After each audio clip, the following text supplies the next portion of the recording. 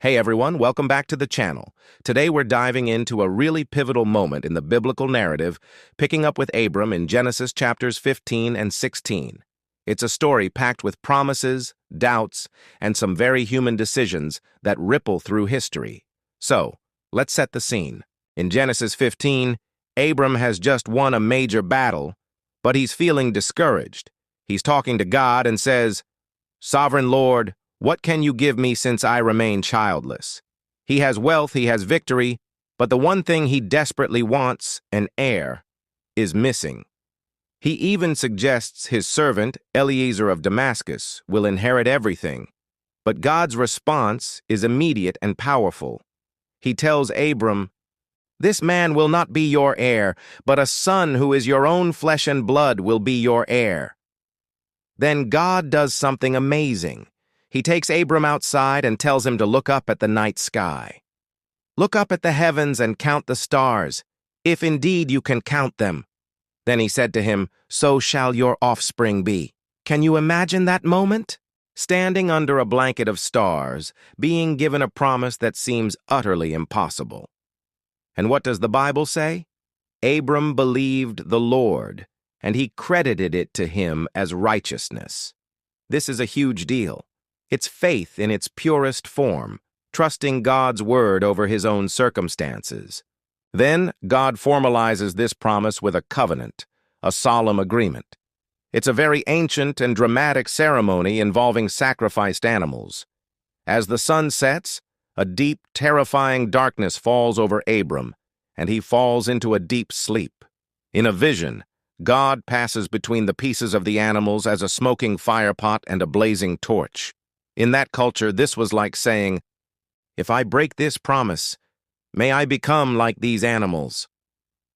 God was taking the full weight of the covenant upon himself. He was guaranteeing his promise to Abram.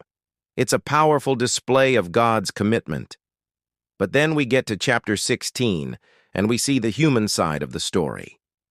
10 years have passed since God made the promise. 10 years. Abram is now 86, and Sarai is 76. They're still childless. The waiting has become unbearable, and Sarai's faith is wearing thin. So she comes up with a plan that was culturally acceptable at the time, but was definitely not God's plan.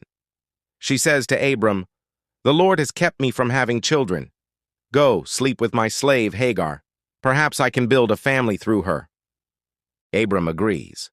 Hagar becomes pregnant, and immediately, the household dynamic explodes. Hagar begins to look down on Sarai, her mistress who couldn't have a child. Sarai, filled with bitterness and regret, blames Abram and treats Hagar so harshly that Hagar runs away into the desert. It's a messy, painful situation born out of trying to help God fulfill his promise on their own timeline. Out in the wilderness, alone and desperate, Hagar has her own encounter with God. The angel of the Lord finds her by a spring and tells her to go back and submit to Sarai. But he also gives her a promise of her own. He tells her, "I will increase your descendants so much that they will be too numerous to count, and that she will have a son named Ishmael," which means God hears, because the Lord had heard her misery. Hagar, a foreign slave, is so moved by this encounter that she gives God a new name. "You are the God who sees me." So Hagar returns, and Ishmael is born. Abram now has a son, just not the son of the promise. These two chapters, side by side, are such a powerful lesson. Chapter 15 shows us the beauty of faith and God's incredible faithfulness. Chapter 16 shows us the consequences of impatience and trying to force God's hand. It reminds us that God's timing is perfect, even when the waiting feels impossible. Thanks so much for joining me to explore this story today.